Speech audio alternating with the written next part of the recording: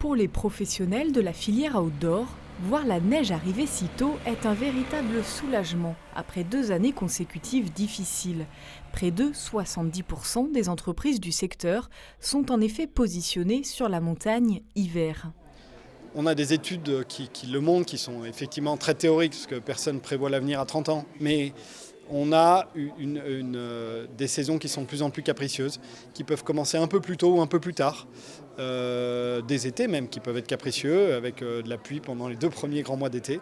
Donc les entreprises sont obligées de se parer à tout ça et d'être un peu multi-saison. Puisqu'aujourd'hui, on sait que dépendre que d'une saison et que d'un monomarché est extrêmement dangereux pour la pérennité.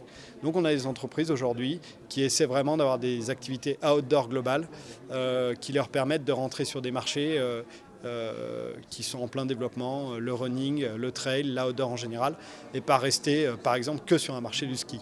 La filière porte 5600 emplois en Rhône-Alpes et près de 3,6 milliards d'euros de chiffre d'affaires en 2015, un chiffre en légère augmentation par rapport à 2014.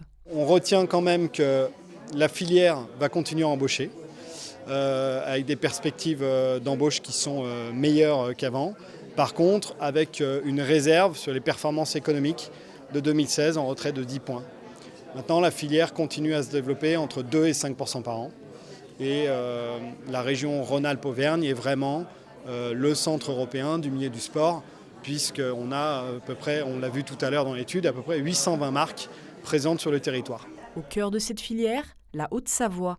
Elle concentre 40% des entreprises de la région et 75% du chiffre d'affaires. Preuve de ce dynamisme, la construction d'un projet unique en Europe, la première pépinière d'entreprise spécialisée dans l'outdoor. Elle ouvrira ses portes en 2017 sur le site des Glaisins à Annecy-le-Vieux.